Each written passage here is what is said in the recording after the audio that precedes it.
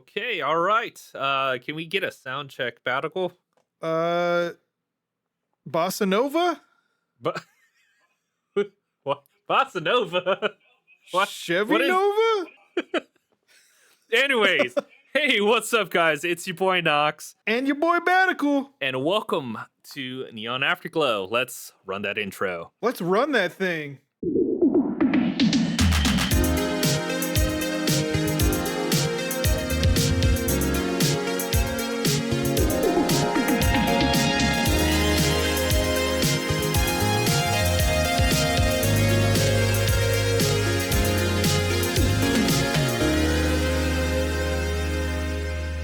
All right, so All right. welcome back, guys. Welcome back to another episode of Neon Afterglow. Welcome. Yes. How y'all doing? I, again, we talk like they're out there. They're watching right live. there. They're right in right front there. of us. I can reach Right out here. and grab you. They're watching. They're listening. Right there. So hungry for this episode. Anyways, what's up, Attical? What are you up to? What have you been What's up up, to? man? I'm just chilling, vibing, talking it up with you in our next episode. How you doing? Yeah. How's your arm? Oh yeah. So I went back to the doctors and I got a new splint. It's shorter. It's new and improved. It looks kind of cool, dude. Oh man. Yeah, I had no idea that this was a process now. I had never seen this kind of split before. So basically, Yeah. what they have is like a piece of hard plastic, Yeah. and then they cut it to shape, and then they dip it in hot water, mold it around your, Whoa. the affected area, and then like Yeah. use a hot knife and cut the thumb out and all that stuff. And like, Oh, wow. it's super cool. And then they like hot glue Velcro onto it and stuff like that, and that becomes your So split. So do they essentially like mold it to your arm? It's like super custom. Yeah, it's a custom split. See, I was thinking that they were just going to like get a rod and tie my arm to it or something. Yeah. But like, no, it's super cool. It's like it has a bunch of holes through it, so it's like all airy and stuff and super lightweight. Yeah. I got an upgrade, dude. Like That's it's kind of sick. like a shinobi prosthetic from Sekiro, but whatever. it's pretty cool. Do you have like full range of your thumb? Like you can play games again? I can play games for about an hour before it aches, and I'm like, oh, I gotta chill out. Oh, Yeah. So is it yeah, better or worse than before? it's better. Okay. Yeah. No, yeah, it's way better. I can say that with full confidence. Like I can't like 100% twist my wrist like to like flat. So Yeah. I can't make my palm face my face Okay. yet. And I can't face my palm outward fully yet either. So there's that. Also can't bend. So I Ooh. can't play those guitars back there. Oh no. How If you much guys- longer do you have to rock that thing? I think up until this coming up Tuesday, maybe. So that's Okay. like on the 9th, I believe. So on the 9th they take that bad boy off and you're Hopefully. Well, I mean, I'm free to take it off, like when I shower and stuff like that. okay. Yeah, it's not very. You don't have it's to not like plastic restrictive bag like it. that. No. Oh, I'm so happy about that. But like, I do still have like a scar where the stitches were. Yeah. And I just cover it with a bandage and whatnot. I have to keep it covered, otherwise it like kind of stings a little bit. And let me tell you, dude, like I'm sure Yeah. you've already gotten like stitches. I mean, obviously you got stitches removed. If you don't know that Yes. story, just look at the last episode, or go watch the last episode where Batico Yeah, talks go about his accident. watch and listen to the Yeah. last episode. Come on.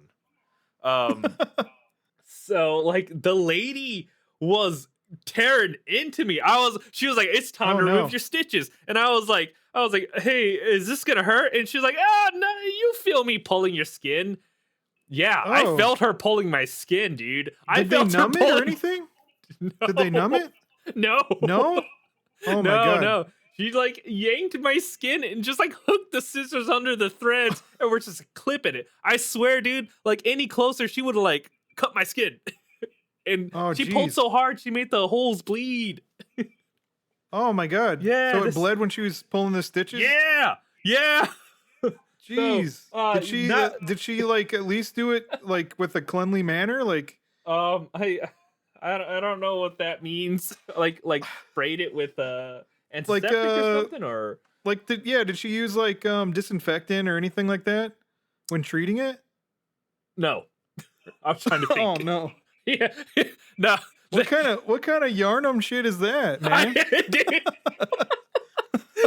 She's like she whispered in my ear, "Fear the old blood." Which reminds me, it reminds me too, because you're going through all this stuff with your hand, your arm, and everything. If for those who haven't listened to the other previous podcasts, which you should, but just to catch you up, Knox has been going through a lot with his arm via an accident, and yeah, it's tough to do things like play games and stuff. I mean, you've found like some games you can play like one-handed or whatever. Yep, but yep. that reminds me too.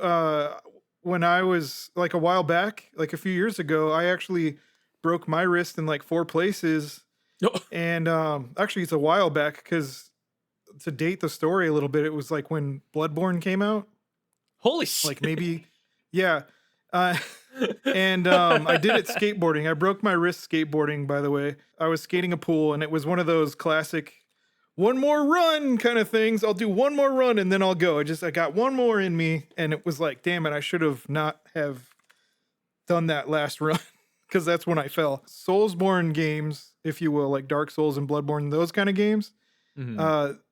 My first one that really like opened the door that I really sat down and played was Bloodborne, and I played it at a time when I had a broken wrist. So I could kind of like you now, I had like my thumb kind of sticking out of the you're cast. able to So I could still kind of use the dual analog or use the controller right. with both hands sort of.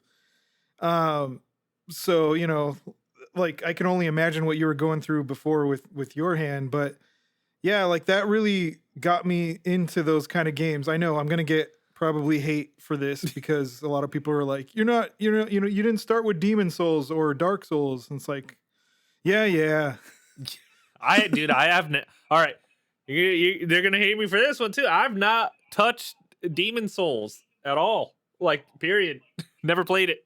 I think I'm probably going to get more hate too because the Demon Souls I did play a little bit of was the newest like remake. Who made that one? Bloober Team? Was that? Was it? I them? don't know. I don't remember the studio. Who made that one? All right, hold on, Let's pull it up because I forgot. Demon Souls remake. It wasn't FromSoft, right? No, it was not FromSoft. Blue Point. Blue Point. Okay. Yeah, Blue Point. Sounded kind of like Bloober. Yeah, right. Bloober did Silent Hill 2 remake. I believe. they did they're doing Silent Hill. Well, they did Silent Hill 2 the remake. Yeah. And then they're known for doing Layers of Fear, those games. Oh, okay. I didn't know that one. So very cool. Yes. So to kind of wind it back before we talk too much about Soulsborne games, because I know we can do that. We can just go on about the Soulsborns. All of them. Well, no, not all of them, but most of them. But you're skateboarding. So now that I've gotten a little bit more mobile, like I don't have to wear my arm in a sling or anything. I can actually let my arm dangle a little bit. When I'm not playing games and when I'm feeling like a little antsy, I be hitting the garage, slamming that board, and just to translate what I'm saying, I go to the garage and I practice how to skate. Okay. So you're essentially doing like the Rodney Mm. Mullen thing where he just needs a slab of concrete and he's just, happy as a clam, flipping his board around, trying different tricks. I can rotate 180. It's about what I can no way. do. Okay. Yeah. So, do a little kick turn type stuff. Yeah. That's Um, cool. Yes. and Yeah, tic for tac, those who don't know, stuff Knox like is that. Yeah. he's got a board now and he's on Yeah. his own personal skate journey. And you're kind of picking a like me and Bloodborne and my broken wrist, you're kind of picking a tough time or an interesting time yourself to pick up more skateboarding because you're still healing, right? Right, right. Dude, I gotta say, sometimes it be scary, sometimes it be sketchy. That board slips under me. I'm like, oh no, I should probably Oh not yeah. catch myself. Yeah, um, just be careful. Yeah, you got to be careful for yeah. sure.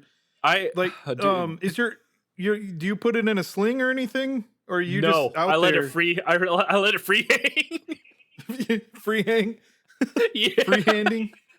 free handing, dude. I Cause almost said I'm free balling, but free. I'm like, that's Yeah, not that's it. not the right word. That's not the right one. That's not the one. Free handing. But Free yeah. balling.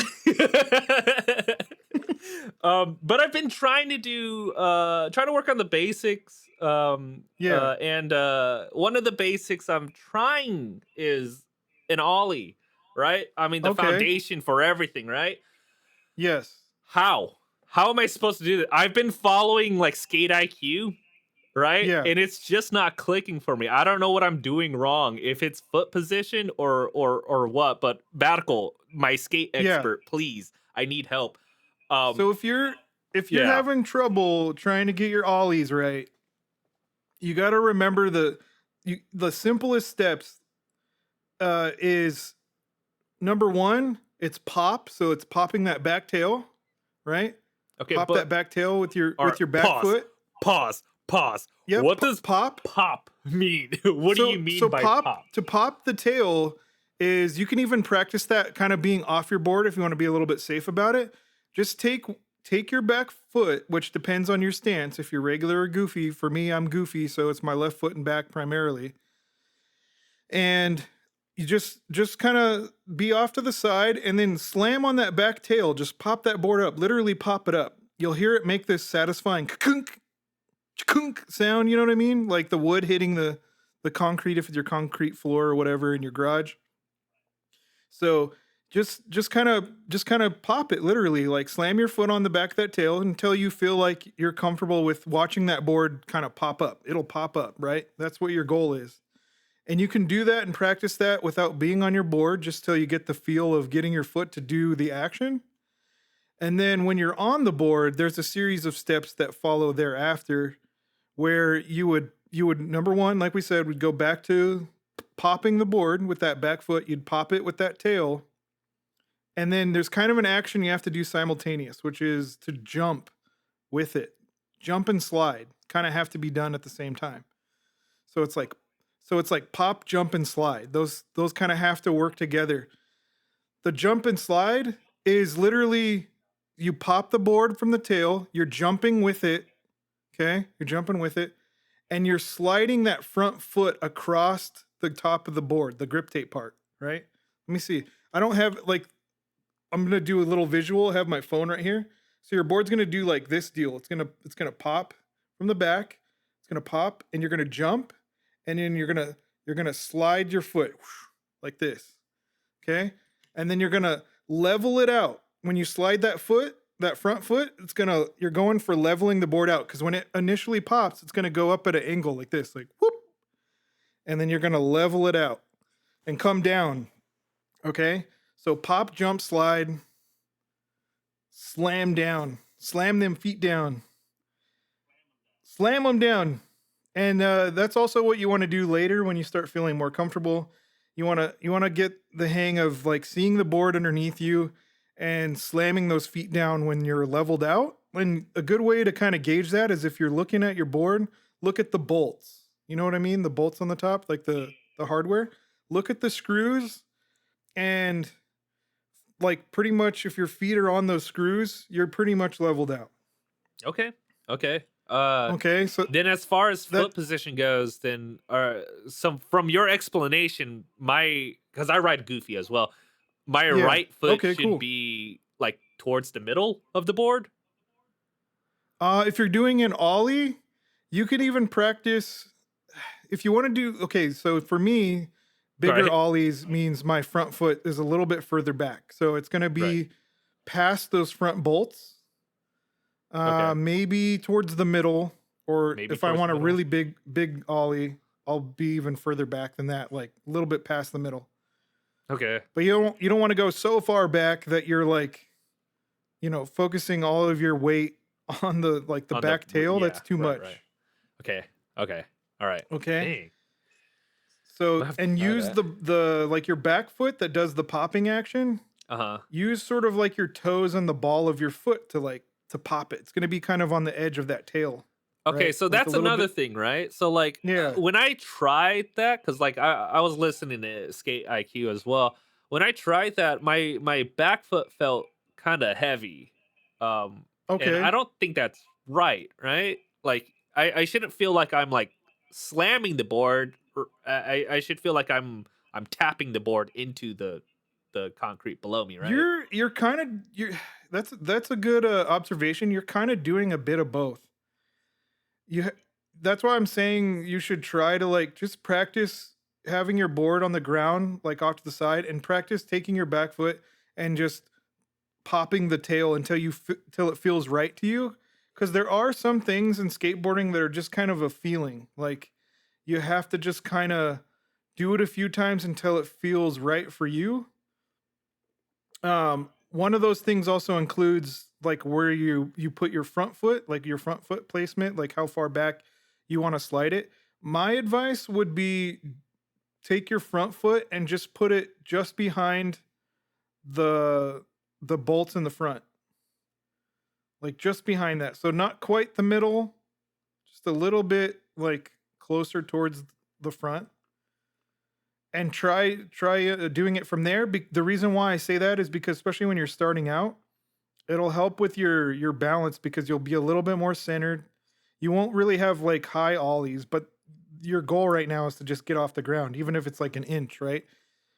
You just want to be able to get off the ground. That's the idea. Once you start getting that, what you do is take a piece of chalk, man, in your garage and draw a line and just try to like ollie over that line, pop over it, and then try putting down like a stick, you know, Yeah, like right. whatever you got, you know, So that's or actually the method yeah, you do when you're learning like bunny hops on the bike is to throw a stick on the ground and see if you can get like your front wheel over it and then your back wheel and then exactly. like you kind of do that with that. Yeah, Yeah. yeah, exactly. Do the Okay. same thing. Just give yourself like that little extra obstacle to overcome, and you Hmm. you know you'll start impressing yourself. Things will just start happening. They'll start flowing, and before you know it, but just got to keep up with it. Yeah. The only downside with that with the skateboard is like if your front wheels hit that object, it might send you flying forward. At least Oh with a yeah, bike you it can roll can over. for But sure. yeah. Okay, cool. Thanks for the tips. It's actually I making me want to go try it right now. But I hope that helps. I hope yeah, that helps. um, but I'm yeah, gonna you can. I'm gonna message you back. Batical, I broke my arm. Thanks for Oh no, nothing. don't do that. Thanks for Yeah, nothing. pop, pop, jump, slide, Pop, jump, slam it slide, down. and slam it. Okay, cool. All right. Yeah, I will definitely go try that out. Maybe not right now because we're doing the podcast, but Yeah, we're doing a maybe podcast right soon. now. You can't do it right now. On the topic of skate related things, I have noticed because I've been watching Skate IQ and watching whatever pops up on my feed, especially on Yeah. Instagram. I watch a lot of skate stuff on Instagram for some reason. I don't know why. But anyways, a few things have popped up to me, and I have noticed something. A lot of the boards that people are using that I've seen in videos at least have a lot of have weird shapes to them. They're not like quite popsicle like like the one I'm skating right now. I don't know the Right. purpose of those boards are. Um I Sometimes that right. purpose is for novelty, but it depends on the board. Right, right. So Like, like I know board size is pretty important, right? Like mhm. if you wanted to do more skate park stuff, more tricks and stuff, you get a skinnier board like a 7.5 or something like that, right? Yeah. Uh, and if you wanted to cruise around, you get a bigger board, right? Like a 7.5 or something like that, right? Yeah, you Um, could get a you can yeah, you can get a 8 an 8.5 or an 8.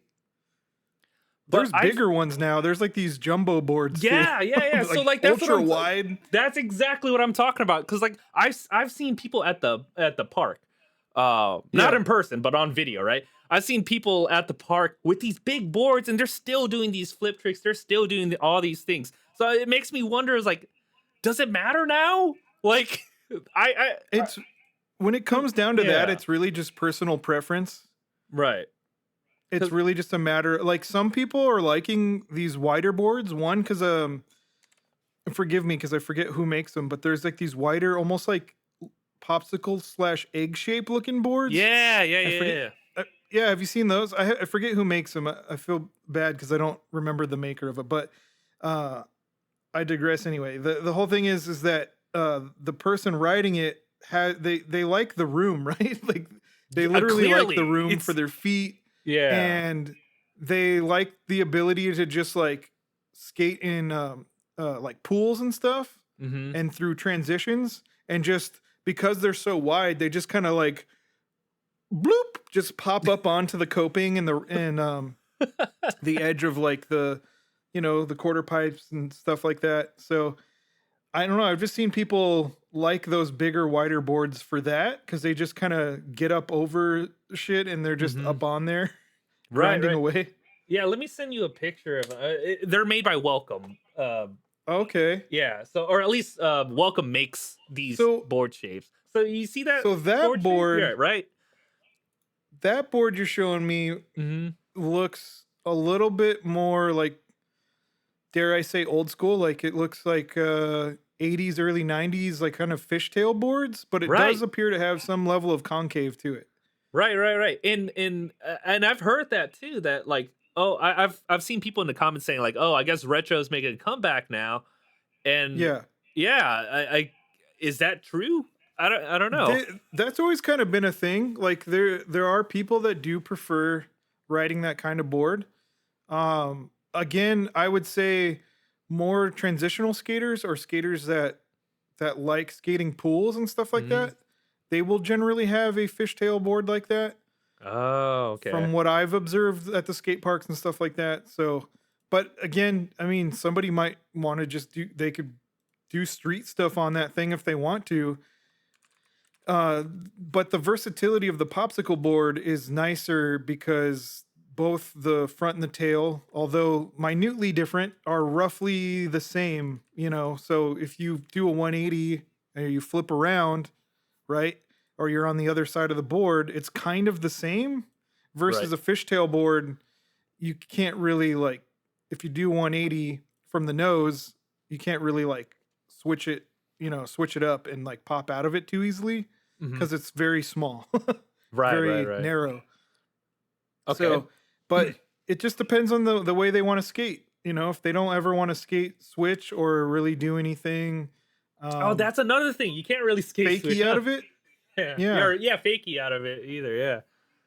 Huh. I So never thought about that for that shape like that. it is a good But board to practice doing your ollies on, like because you just got this big ass tail to just do the pop motion on, like we were talking about earlier. Right, right, But right. the board I think that is the most versatile that still remains king is the popsicle board, Just popsicle. popsicle deck. Right. But that wasn't a thing. Yeah, way back when though, right? It No, was it was that in fishtail fact, you're talking about. the skateboarding legend Rodney Mullen, I believe, and correct me if I'm wrong, but I believe he is credited for helping bring that design into the mainstream, the popsicle The style with the popsicle? two tails. He actually, or two, like the nose and tail are making them very similar. He's Right, actually, right.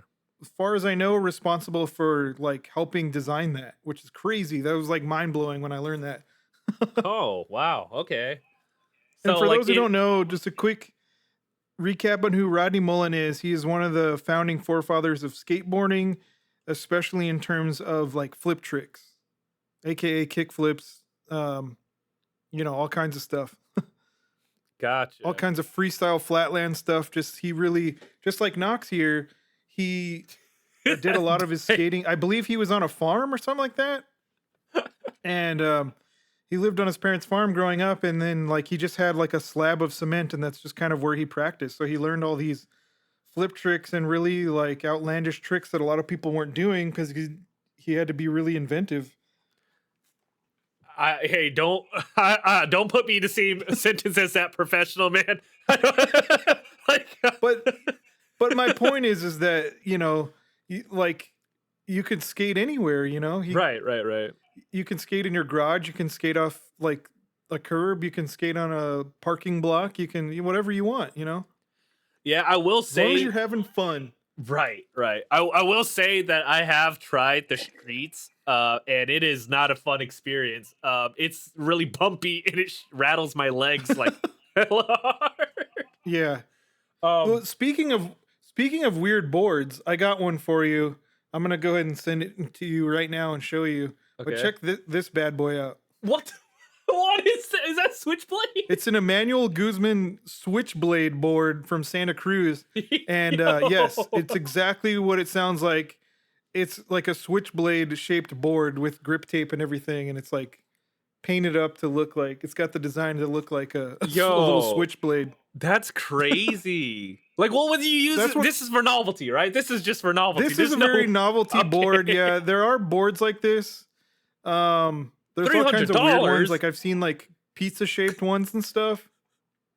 Right. There's all kinds of weird boards, but I mean, in terms of what you want to do, right? There's different boards. There's a popsicle board. There's the fishtail boards. There's Right. the long boards. And even those have their own like subcategories, subgenres of shape. Gotcha. And what the fuck would this fall under? Like, it's a switch. Like what? But yeah, switchblade board. What? Is this for street or bowls or or what are we doing here? Back alley it's for the- fights or what? It's for the streets. It's for the streets.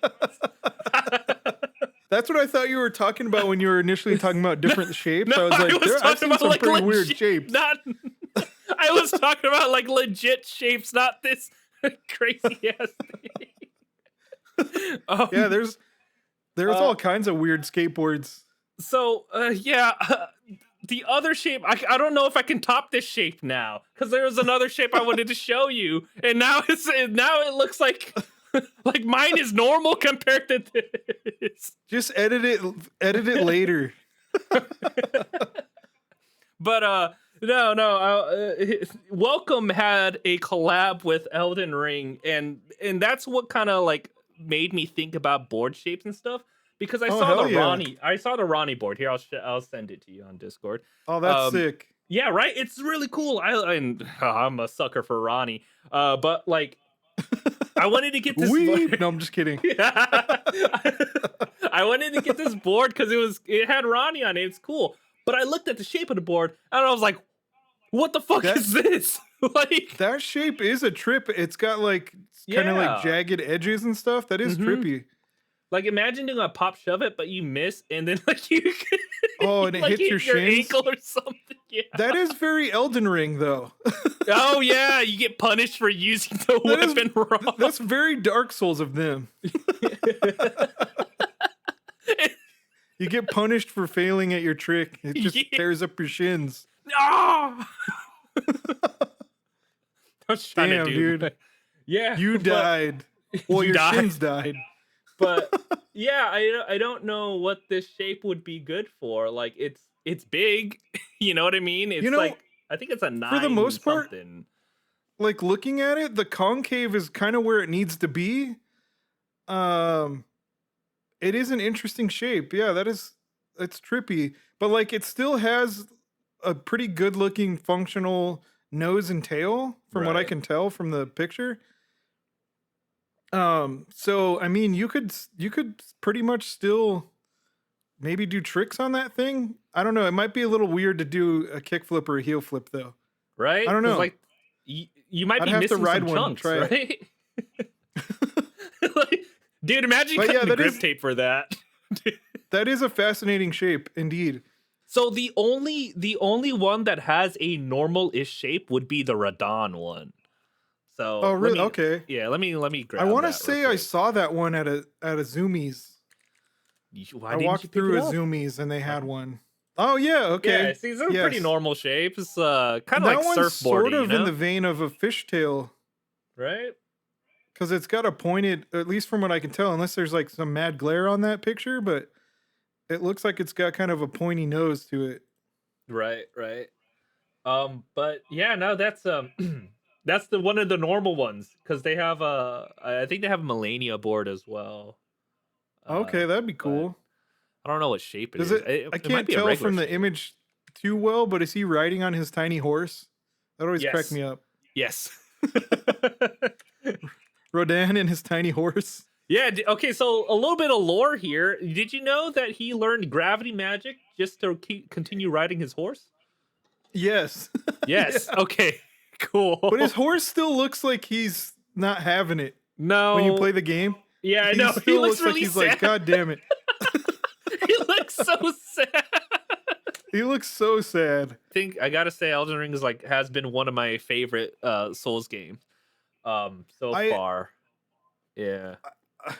Crucify me, what dude. I was don't what was the I know I'm gonna get shit for this, but the the the Elden Ring game that's not Elden Ring, but it's like a like Oh, okay. what Yeah. All you know right. what I'm So talking like about? you're gonna hate me for this one, but I've been Yeah. playing that one lately. Is Elden Ring Night Have Rain. you? Yeah. Yeah, night was it Night Rain? Yeah, Night Rain. So I'm fucking terrible at that game. do you have it? I do have it. I have it. Oh, what I the would love to play it with somebody, but when I played it, I was terrible. And this is the thing that sucks Mhm. because actually platinumed the shit out of Elden Ring. And I Right. platinumed it on the PS4 version. So if for those who are saying I'm not hardcore, I played it on the PS4 You version. played And on yes, I PS4. endured those load times. Okay. And then I did it again, completely new game on PS5. And I platinumed again. I started over. I did not transfer my saves or anything. New Mhm. character, started Mhm. over from fresh or from the from the beginning. But yeah, then I get into playing Night Rain, and I'm like the one running in the background while everyone else is just like fighting all these boss monsters, and I'm just like by myself. Oh no, dude. Dude, so like me and my wife, we've been Yeah. playing Night Rain a lot and like she's gotten really into it. Oh, And that's it's awesome. it's gotten me more into it and I've actually started playing Elden Ring again, but like not from from a new save. I just pop in Yeah. there and like send my summon signs out there to help people out Yeah. where I can. Um Oh, but yeah, shout no, I've out been shout out to B too though in her recent post I saw. She was drawing she has a little Oh, yeah, yeah, yeah. sketchbook of like Elden Ring characters. They're pretty awesome. And that yeah, that's the reason why she's been drawing a little bit more Elden Ring is because of Okay, that makes more sense now that I know. yeah. That's Yeah. cool. She's been playing Night Rain with me and stuff like that. So yeah, no, you play in trios, so it'd be cool if oh wait, no, it's not crossplay though. Oh no. What are Oh you playing? yeah. PC? Yeah, we're I'm playing on on PC. I actually found a copy of the game in a I found a copy of the game for like $15, dude. Oh, okay. In this like discount store So you just picked it in my up. You're neighbor just like, you know what? and I was like, I'm gonna buy this whether it's good or not. I was terrible at it, so I haven't really played it since. So I didn't really give Oh, it a chance. dude. We need I to play know. together, man. It's so it's fun when you get like actually working together.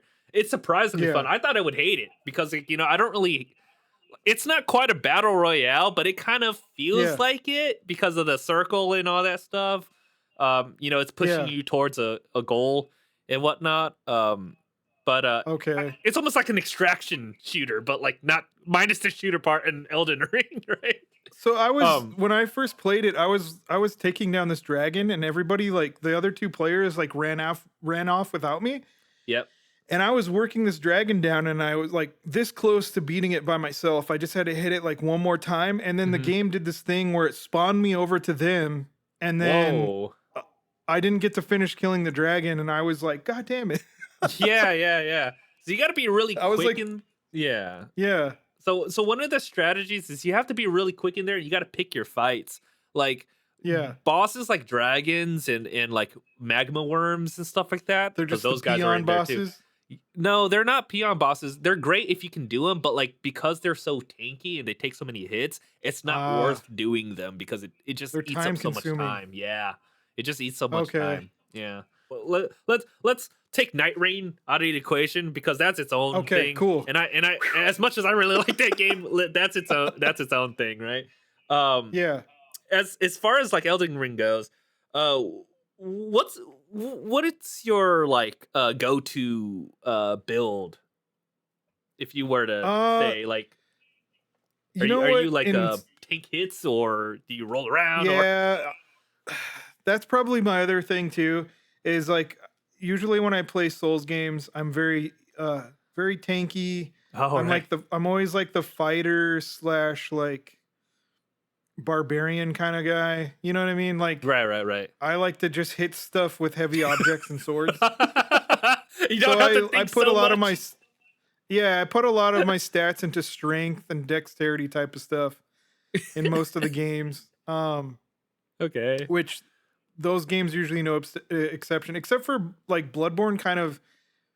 Bloodborne's different because which it's also for those who don't know, it's also a like Dark Souls s game or Yeah. Soulsborne game. Hmm. In that when you die, you drop your souls, your blood echoes, your XP, and you have Hmm. to run back and get it, or you're penalized if you die on in route trying to do that. Um, but yeah, for me, Bloodborne did this thing where it really pushed its parry mechanic with the gun or Yeah, the the rifle. gun parry. Yeah, the gun parry thing. Like Yeah. once I started picking up on that, I was playing differently. Like as a game, it sort of forces you to play differently, and it even kind of teases you because at one point you get a shield.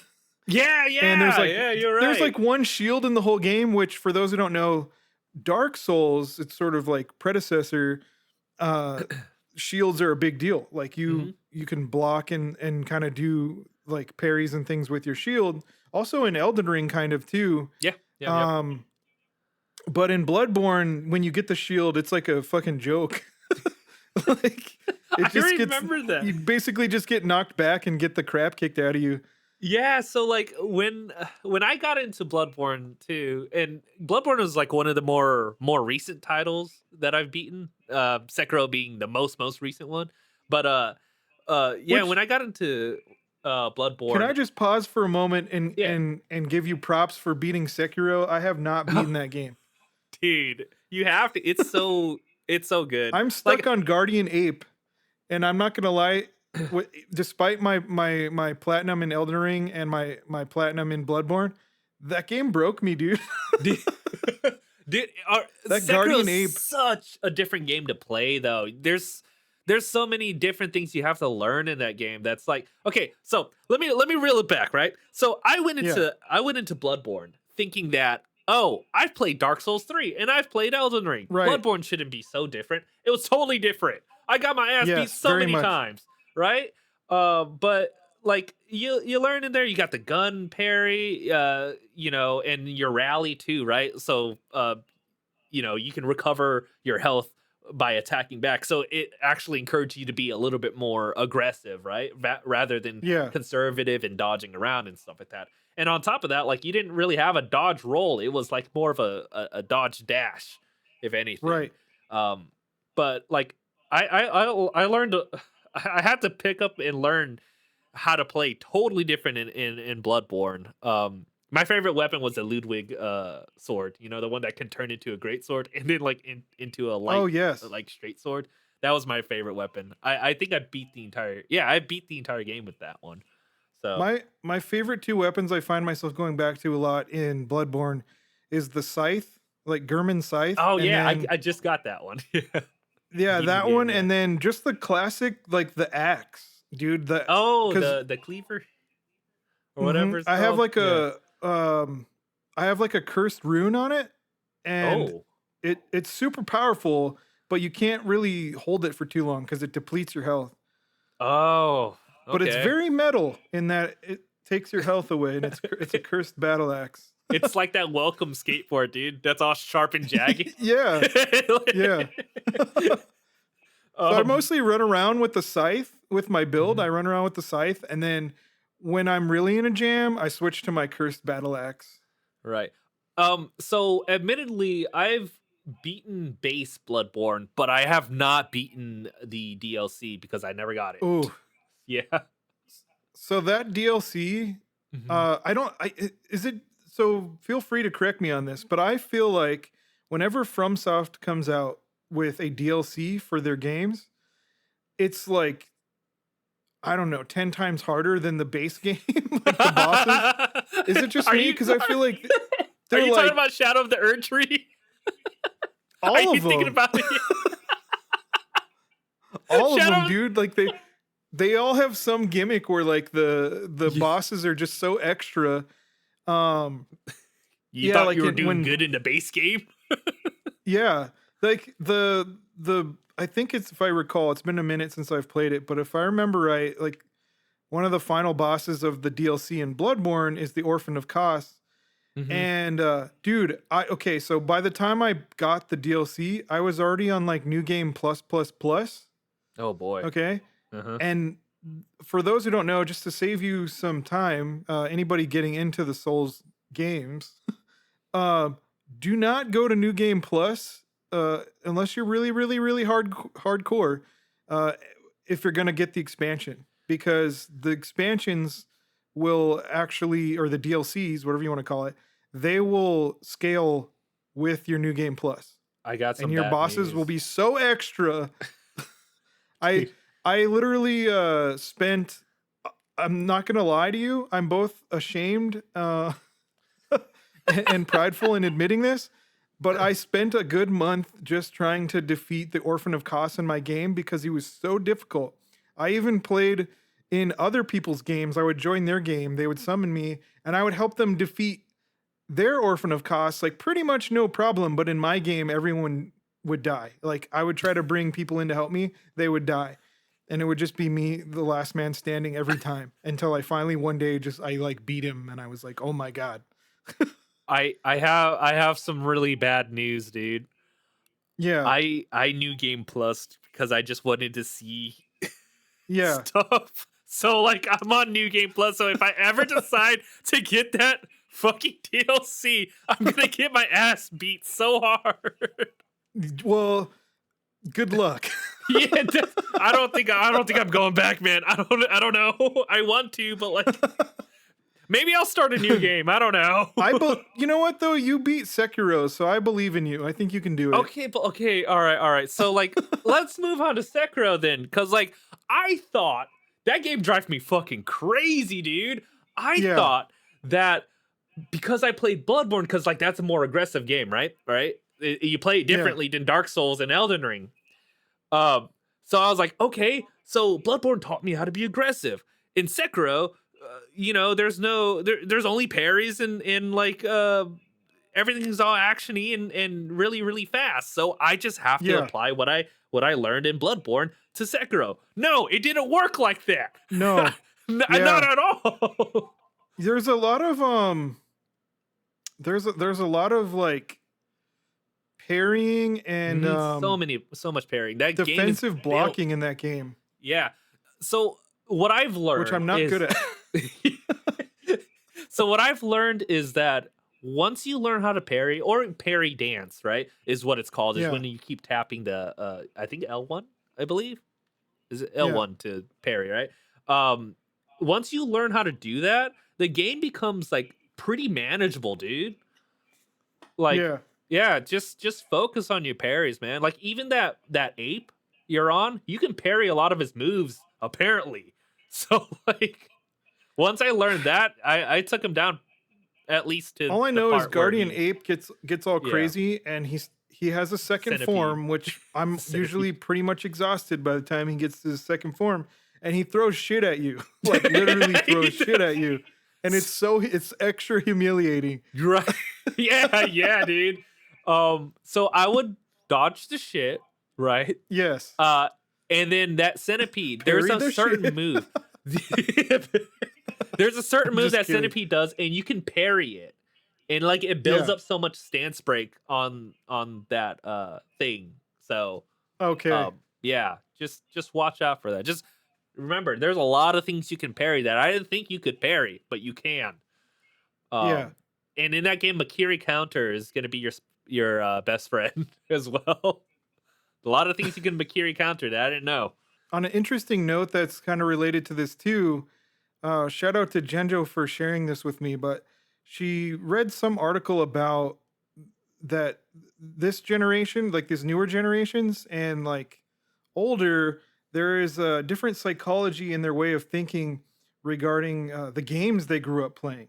Oh, okay. And one thing to note is like older games are, which I would agree, I would consider or agree that they are a lot like Souls-born games, and that's what kind of, for those who don't know, that's what kind of makes those games, I think, special to a lot of players, Hmm. is that they're difficult, but they're plausible, and they don't really hold your hand versus like a lot of other games change people's way of thinking in that they have arrows pointing everywhere and they Right. have All right. like, tutorials for the tutorials everywhere versus like, you play a game like Dark Souls or Bloodborne or Sekiro, They and just for the throw most you in part there. there's not Yep. much of a tutorial. They just kind of throw you in there Hmm. and you got to observe and figure it out.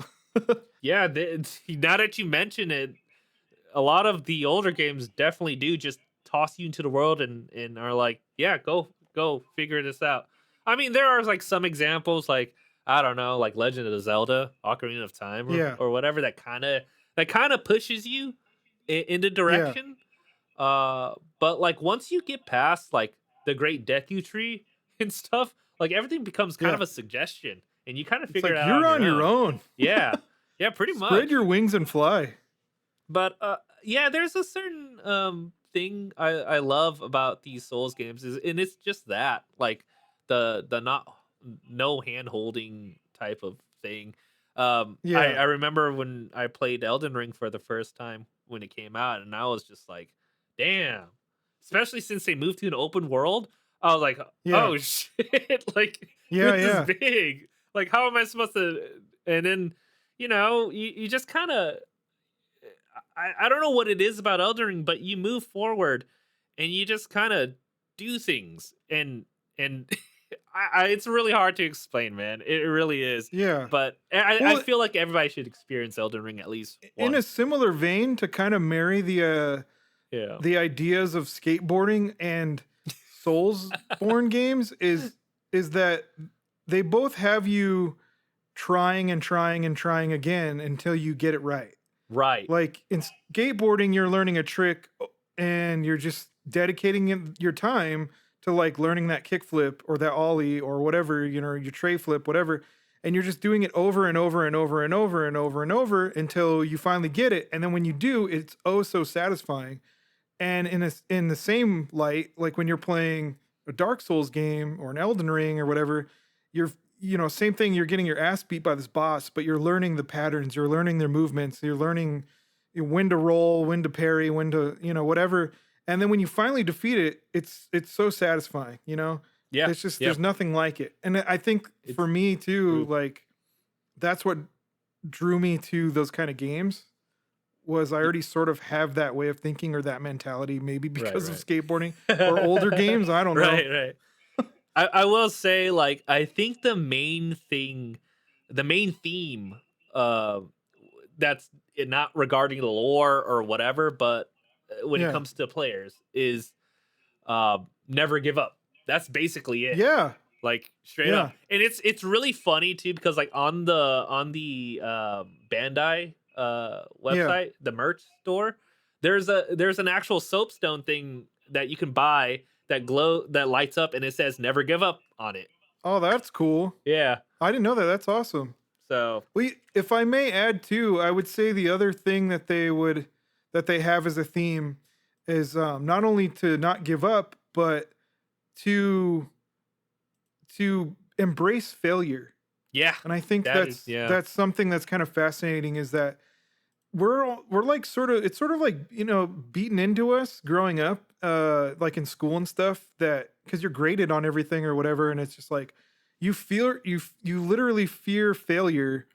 And when you play a game like that and you lose and you lose and you lose, and then you finally champion a section of it, it's like, wow, like that those failures weren't failures really because they taught me how to improve. Yeah, yeah, yeah, I agree.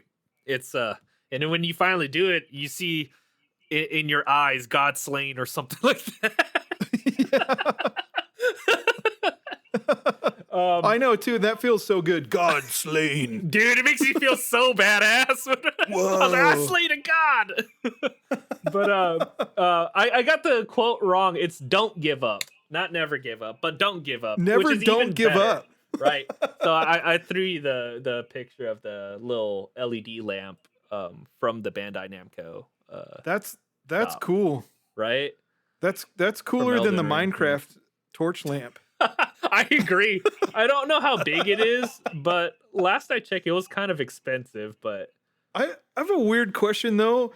Mhm. What do you think Estus tastes like? You know, in the game, how you have your Estus flask that you drink So for your health? okay. So like you bring that up, and I'm just like, I have a list of all the recovery items from the Souls games, Yeah. or at least the recent ones, right? Like Dark Souls, Elden Ring, Bloodborne, and Sekiro. Um, and yeah, okay. So let's talk about Estus first. All right. So Yeah. Estus from Dark Souls. Let me just read the description of the in-game item. It's the undead treasure. These dull green flasks fill with Estus at bonfires and drink to restore HP.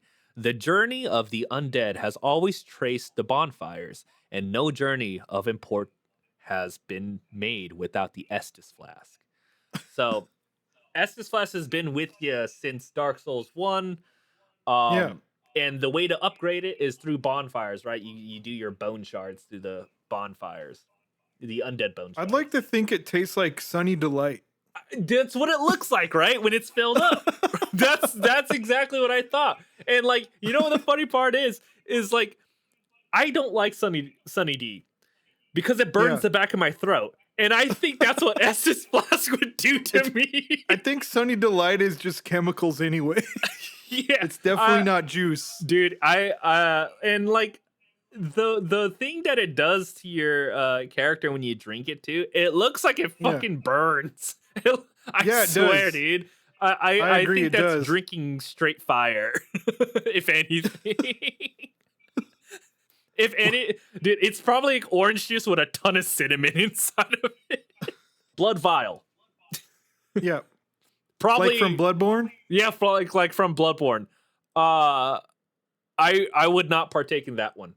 And plus, it doesn't seem like you drink it; you inject it. No, they Yeah, inject it into their leg. yeah, I'm good. I don't want to do that. Yeah. I can only imagine that it tastes like if you were to drink it, it tastes like blood. Um, I'm pretty sure I it does. just a Everything is wild blood guess. in that game. Everything is so bloody. You know what's crazy is like I'm surprised. Like, well, I'm trying to think. Are there any vampire enemies in there? Dude, I've always sort of had this theory that you are a vampire. Like, Oh, quick side note is I've always kind of felt like you're a vampire and like hunters are vampires or that society, like the people in Yarnum. yeah. And then like the beast scourge is like turning everyone into werewolves, and it's sort of like vampires versus werewolves, without werewolves. really Oh saying my it. God, I never thought about it like that. I don't know. Like I'll probably get shit for that, but I've always kind of felt like that's what's going on. Like We're it's sort of a vampires. werewolf versus vampires kind of situation without truly calling them vampires. I never thought about it like that. Everything is blood in that game. We use blood for everything. Like, Exactly. whether it's for upgrading ourselves with blood echoes or healing ourselves with blood Yeah. vials. Yeah, dude. Exactly. Okay, so we're not touching blood vials. We're not drinking that. Uh, so next up would be the healing gourd from Sekiro, right? It Yes. is a gourd filled with vitality restoring medicine. Resting refills the gourd, made by the apprentice of the extraordinary doctor Dogen. Though it is Yeah. strange that the gourd's medicinal waters refill automatically, the seeds within may hold the secret to how it works. So I guess the seed just like produces this healing water. And I think that the healing gourd would taste like have you ever left like uh water outside when it snows and then you take a drink of that water and it's just like a different kind of cold? I can't say I've specifically done that, but I have put ice in my glass of water. That's not close. That's not what I'm talking about. Okay, viewers out there, please, in the comments down below, let me know if you've done that because, in the same vein, I've left like soda out there in the snow and stuff like that, and Yeah. it's a different type of cold. It's like, That sounds refreshing, dude, actually. it's so refreshing. So it's like it like gets to the point of almost freezing, but it doesn't freeze, Yeah. and that's how cold it is. And that's what I think the healing gourd tastes like. Is water that's like almost to the point of freezing, but it's not, and it's like super super refreshing. That sounds I think. good. I think, and I mean I that's what hope it I looks hope it like. tastes like that. Me too. Um, Either that or I would think that the healing gourd would taste like the liquid from it would taste like a agua fresca, like a pepino okay, agua fresca. yeah. Have you ever had one of those? No, I've not. Mm, Aqua fresca.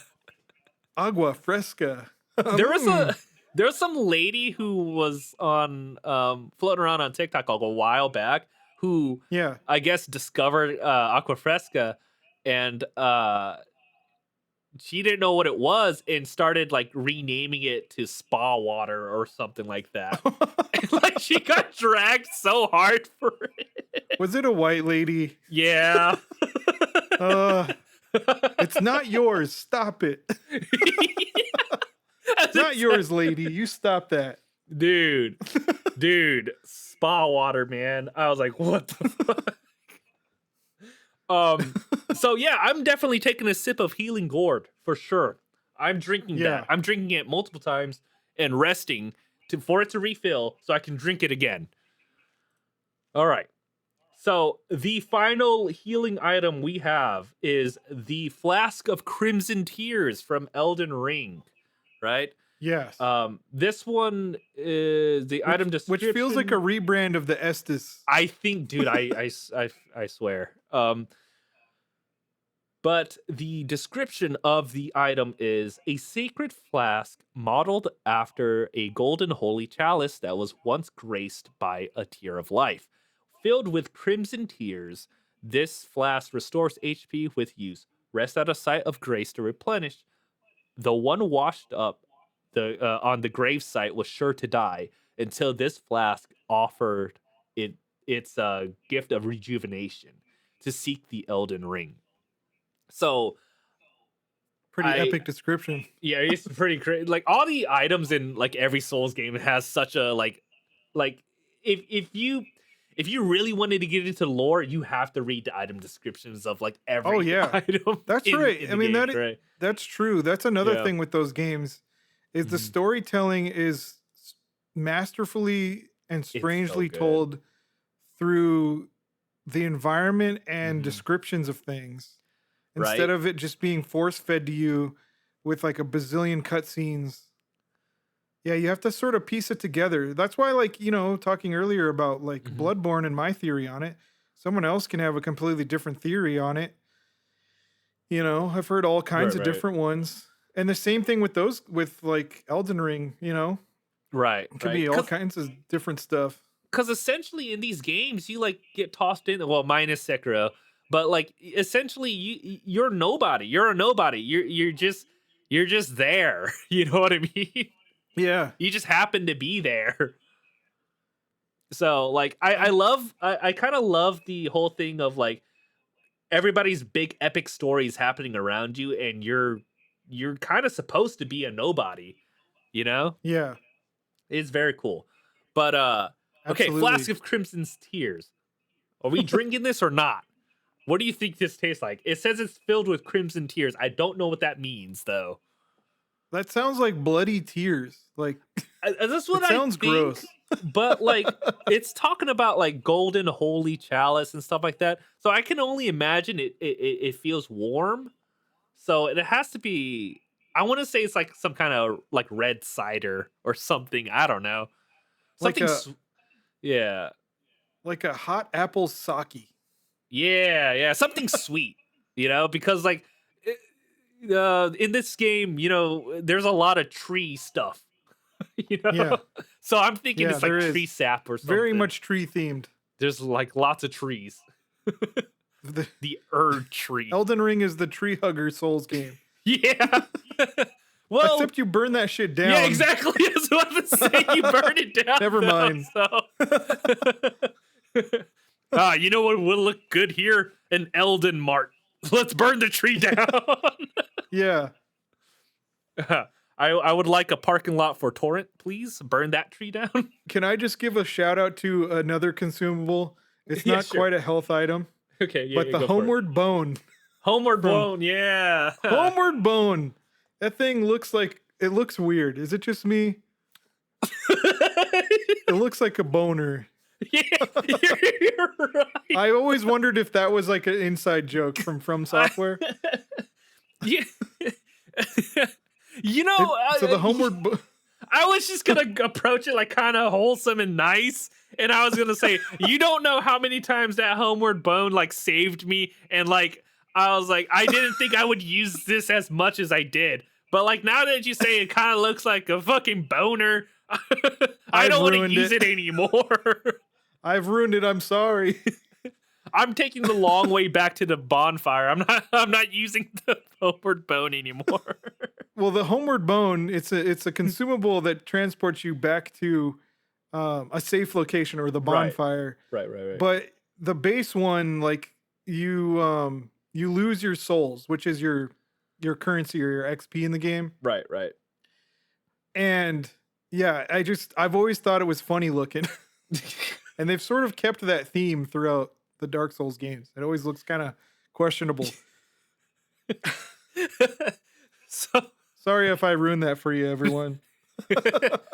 touch the bone, return back home. I mean, Elden Ring has a lot of like fingering references. Yeah, that's true. That's true. There's a It's lot of a little fingers in weird. there. Okay, and also the pickled turtleneck or whatever. Yeah. Oh yeah. That's That a was weird pretty looking one too. Transitioning off of the Homeward Bone, the item that transports you to a home location. Right. Did you see that thing recently in the news about the Waymo car? No, I don't even know what a Waymo car is. What is Okay, that? so Waymo car they're still working on it. They got a lot of bugs to work out, but it's essentially an AI driven car, like a AI Uber Mhm. that picks you up, and it's a driverless car. You just get in it and it's supposed to take you to your location. Well, the Waymo that I'm talking about took somebody and it drove right through like a police standoff. And yeah, it's pretty scary. There's a video of it. Oh, We can okay. watch All it. right. Yeah, let's let me let me- cue it up here. In this Okay, there video it is. taken in downtown LA, What the is that Waymo doing? you can see a line of police cars blocking the road and a Did- man look at that. Okay, lying but on like- the ground. Enter this Waymo driverless They're like- taxi, which while servicing riders proceeds to take a left Whoa. turn, driving right past the active police Yo, stop, no, and wait, hold officers on. moments That's later are seen walking towards the subject with weapons drawn.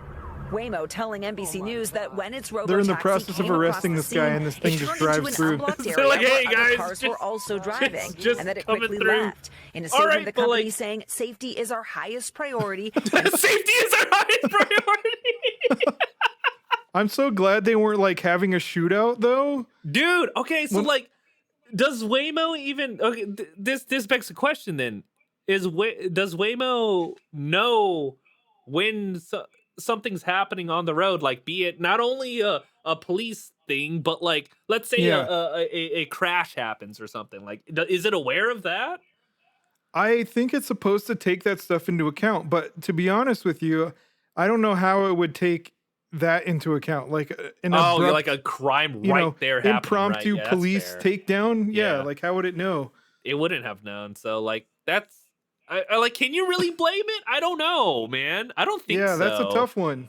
But I, that would be terrifying. it would Where, be a human driver would go, "Hey, let's not go that way." The right, Waymo right. machine car was like, "Let's go that way." They're like honestly, you would think that like the cameras on board would see like, oh, there's an obstruction here. Should probably like, I don't know. Well, I guess in this case, it kind of went around it, right? It was like, oh, let me Yeah, just squeeze on by. yeah. That when um, we encounter unusual events like this one, we learn from them.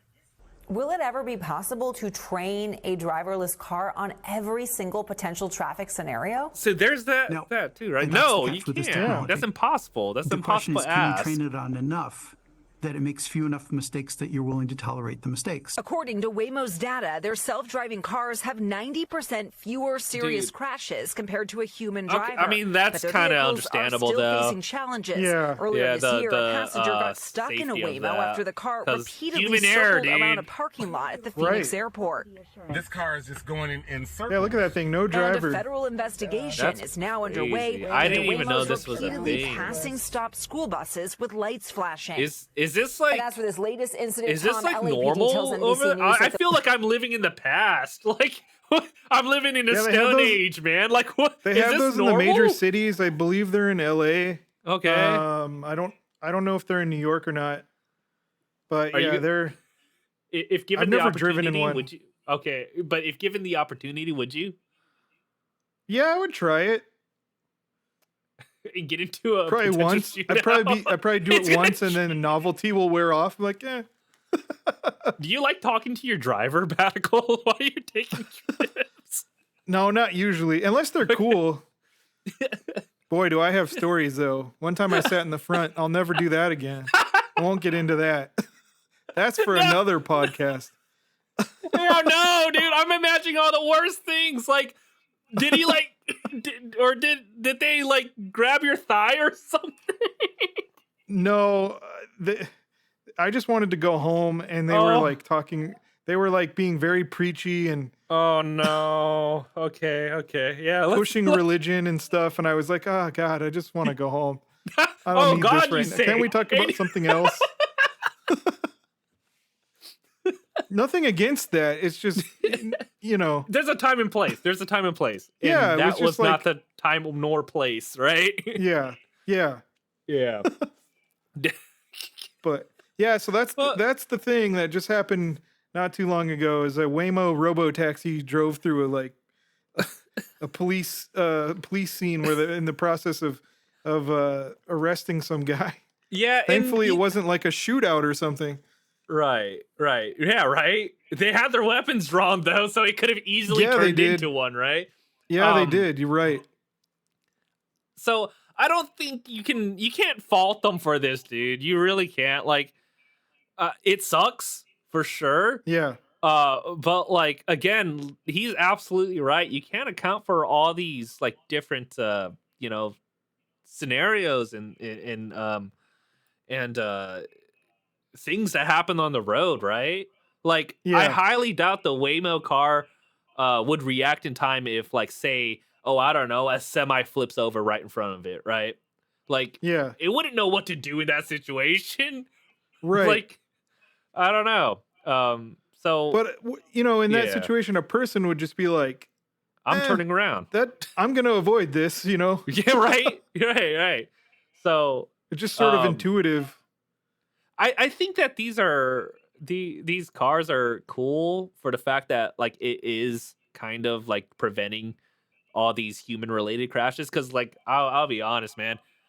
I mean, take my wrist for instance here. There are a lot Yeah. of people out there that do, make errors in their judgment. So Yeah, for Um, sure.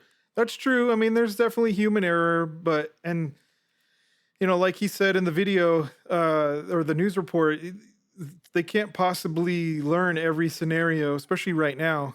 Exactly. I mean, like all it is using cameras and I assume some kind of onboard GPS system to like Yes. go from place to place. So there's And a no lot of is sensors. right, lots of sensors. Is there AI in there? Probably, but like I don't think it's like the AI that like adaptively learns things. You know what I mean? Speaking of police and robots, Oh boy. did you hear about the RoboCop statue being erected in Detroit? I just Pretty have. cool. Is it going to be explained in the video before I ask why? Well, okay. If you haven't seen the movie, I know the RoboCop takes movie. place in Detroit. Right. Yes. Yes. I know that. But like, is that the only reason why the statue's coming up, or is there gonna be a reason in this video before we dive? That's the only into it? reason I know of. Okay, let's play it then. Let's see. Okay. It's a moment nearly 15 years in the making. The long-awaited 15 statue of the years? classic 80s character RoboCop is finally here. The bronze statue Finally. was installed today. in Wait, Eastern 15 Market, years? They've been next to the working on this 3H shit for production 15 studio on Mack years? Avenue. I guess The statue so. is based on the character from the original 1987. Dude, I love how action nobody sci-fi gives a movie, fuck. which set in the futuristic I do. I care. Like, there's like nobody around it. It's so There's lonely. nobody around it. You're right. It's just sitting there, this 11-foot tall RoboCop statue, and it's lonesome in the cold. There's those two pedestrians that like glanced over and they're like, and they're like, what? On the bright side, though, if anybody had heard you earlier, they should be putting their cold soft drink out there in the snow Yes, yes, and chilling it up and making it refreshing. dude. You have to try and put it right next to the RoboCop statue. It looks like an Dude, that'd be offering. pretty epic to have a cold drink next to RoboCop. Yeah, but clearly the it doesn't snow look like anybody in gives a Detroit. fuck about it. Yeah. So they didn't explain why, though. It's 15 years in the making. What's that? I dude? would like to understand more, because what do you mean 15 years? Like, were they sculpting this thing for 15 years? Was it something where they were trying to get it approved, like permit wise? Like, what's Yeah, going right. on there? Funding? I- What is it? Dude, I bet you they're just trying to pay it off. I bet you that statue's really expensive. Yeah, They're I like, bet we so. I finally bet there's paid it more off. to it. After 15 years, it's finally ours. Unless things have changed, and I've never been there, so forgive me on this one. But my understanding is Detroit is kind of a shithole. It's not in great shape. Kind of like in the RoboCop movies. Dude, I saw that RoboCop movie like once when I was younger, and that kind of fucked me up. There's a lot of like gore in there Oh, that it's I was not violent. ready for. I didn't know. I thought it was gonna be a cool like, oh yeah, he's a cool like robot cop, basically a cyborg cop. I mean, I yes. didn't know. I mean, yeah, but like I didn't expect all the blood and gore and stuff, dude. I was like, You know what's funny is later they came out with an animated series to really market it to kids. oh my god. Like, they sold toys and stuff in the 90s. Late 80s, 90s. That's a whole nother topic for another time. But yeah, it's kind of funny that they took a lot of rated R things and they tried to like market it to the appeal of children. On that note, real quick, I just found out they're also trying to do that with AI. Remember our last podcast where we were talking about Tilly Norwood and AI and all that kind of AI slop stuff? Mm-hmm. That's like stealing human creativity. They're trying to market that to your babies now. Oh, dude, it's the I new just Coco read an Melon. article that It's they're trying to find a home for all this AI slop stuff and Yeah. AI produced kind of content, and they're aiming it towards kids because they don't know any better. yeah, dude. It's the new Coco Melon, you know? You know Yeah. that? Yeah, dude. Like there was a whole thing about Coco Melon. I think a psychiatrist or something broke down like Coco Melon, and that the way they present materials to kids is in a very addictive manner. Like it's Yeah. meant for kids to get addicted to it, not to learn, not to get enriched, Right. but to like just just stay glued to it. And I'm guessing that's Honest, what this AI is doing too. Like, yeah, and they could uh, probably feed that formulaic oh yeah, content because through AI and yeah, produce just tons of schlop like that. yeah, You yeah, know? because it's already out there. So like, it has such a sleuth to work with. You know, Yeah. it's So really strange seeing it because it's just like when we were kids, yeah, uh, most of our educational stuff was very slow paced and like, it kept my attention for sure. yeah. Um, and it was just like just learning stuff. Bill Nye the Science Guy and shit like that. You know what I Oh mean? yeah. Like Bill Nye the Science Guy. Bill Nye the Science Guy. Hell yeah. Bill. But like, dude, that was like so slow paced and relaxing, and it was so fun to watch, and you learned so much cool stuff from it. Like, Yeah. you learned about the Earth layers and stuff like that, and like water cycles and Right. stuff like that. But like, what the fuck do you learn from Coco And Melon and like, centripetal force. yeah, yeah, like I don't know if you learn anything from things like Coco Melon, and I'm assuming that this new AI thing that's pumping out slop for kids is gonna be learning from Well, things like it's Coco Melon and stuff. yeah, and that is the same objective really is like Coco Melon, it's the objective isn't truly to teach anybody anything. Right. It's basically to generate revenue, right? Like the Right. idea is to just push out all this content for kids to consume and consume and consume and consume, and then they get ad revenue and they get, all that Right. kind of Right. stuff.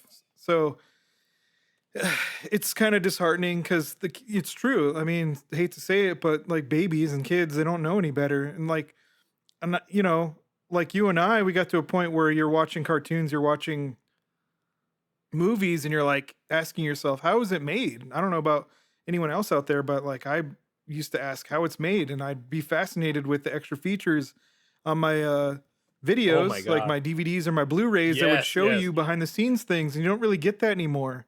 You Not know? at all. Yeah, I love it. I loved it when I actually actively seeked out on DVDs that like we get the special edition or something like that. That came with the second disc that had like more stuff to do or stuff like that. Yeah. Remember like back in the day, like it's gonna be weird. I'm gonna bring up Shrek, right? Because Okay. There's always time to it's bring up always Shrek. But like Shrek had the bonus DVD that had activities on it to do. Like they That's had awesome. yeah, like you played with your remote. Like Oh, you yeah, interacted there with was the movie. very- Yeah. Yeah. So like there was That's like cool. the American Idol thing that was on the Shrek. I think was it Shrek 2 or I don't remember. Yeah. Or maybe it might have been the first Shrek. I don't remember. But yeah, no, like you played with your remote and stuff like that. Your DVD remote. It was really cool and really interactive and yeah, I kind of miss those stuff. I I will know, they don't- say Yeah. go for it, go for it. Oh, I was gonna say they don't do that anymore. On a similar note, I had a Ninja Turtles DVD, and Mhm. as one of the extra features, it had like a trivia thing. Oh, cool. Was it like trivia about the characters and whatnot? Yeah, it was like trivia about the like the movie, the characters. It was cool. Right. They don't have that. Harry Potter had something like that too, where you played with the DVD remote. It was like a almost like a choices matter type of thing. Like a Um, choose your own adventure thing. yeah, like a choose your own That's adventure cool. thing. Yeah. So it was. I did super not know cool, that. That's awesome. But yeah, you just don't have that anymore. It's all about like pumping content out real quick for these kids. And Yeah. stuff. And I will say that these kids are not at fault at all. It is up to you as the parent to decide whether or not For this is sure. okay for your kid to watch. So I know like I am not in a position to like give out advice on raising kids and whatnot. But like Yeah, there's me a neither. certain yeah right. There's a certain point to where like man, this kind of pisses me off. I hate parents that just are like, I don't want to deal with my kid anymore. Here's an iPad, you know? Yeah. And it's that very reason why like things like Cocomelon and like now this AI thing is going to become so prevalent and so lucrative for people to do because of these parents that weren't ready to take care of their kids, so they let an iPad babysit them for them. And I don't Yeah. know. Well, and I will say too, for a lot of parents out there, it's hard to find childcare and stuff too. And Yeah, it is very like, hard. Like that a lot of parents nowadays like both have to work, and mhm, it's mhm. tough to a lot of them are on their own, and they don't always have like a family member to help them, and it's like, here's a tablet, here's an electronic It's babysitter, so it's like fast food, dude. It's so convenient. And like Uh-huh. yeah, dude, it's a lose-lose But situation. what But is wild though is like some of these kids, they literally have withdrawals when they don't yeah. have their tablets, or Yeah. they don't have YouTube Kids, or they don't have Cocomelon and shit like that. Like they throw crazy tantrums, they become destructive, they don't care about like their environment, or like Mhm, mhm. they say They don't know how to hurtful regulate things. themselves because that's, Yeah, you that's a know? better way to put it. They don't know how to Yeah. regulate themselves. It's wild. And you can't blame them because they're kids. What do they know? Yeah. Like They're you new as to the the adult should, world. yeah, you need to teach them. But This is the like world and that they're born into. yeah, yeah, and like to your point of like the parents and stuff like that, like always constantly working, and like the easy, convenient thing is to give them the tablet and stuff like that.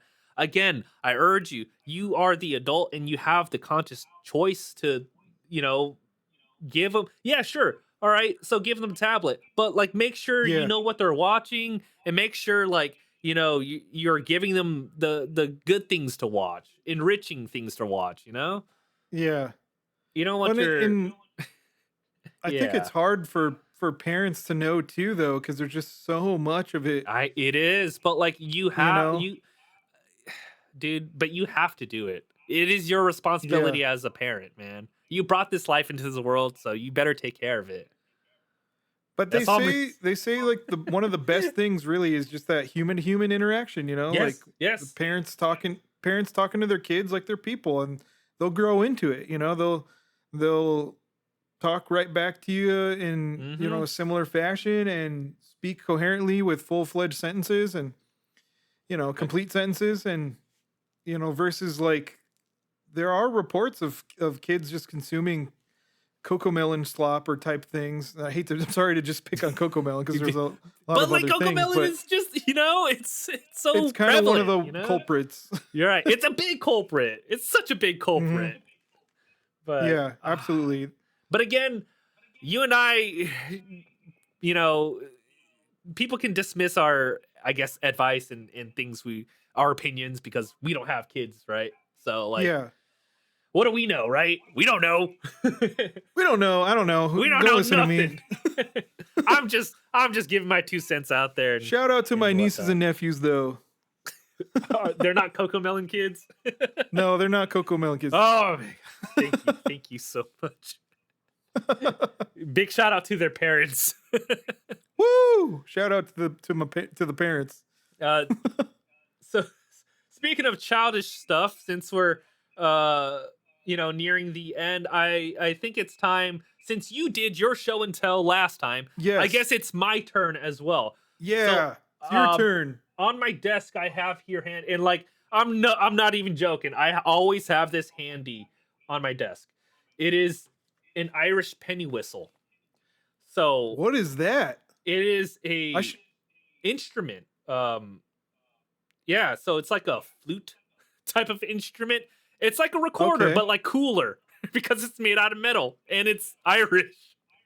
So I always keep this handy whenever I want to get down and jaunty. Oh, So yeah, very cool. I'll be playing here. I'll play you guys a tune real quick. If I Yeah, still let's got hear it. I'm gonna. The worst part is if you fuck up on this instrument, it's the equivalent of making your voice crack.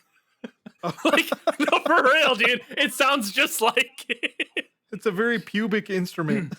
All right, all right.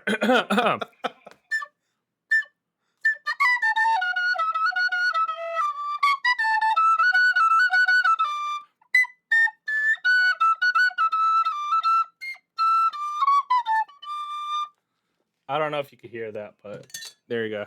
there's that little mini concert for you guys, and welcome to Ireland. Yeah. Yeah, yeah. Well, thank you all for kicking it with us and listening and watching our podcast. I hope you Yes. enjoyed it. Stay neon, baby.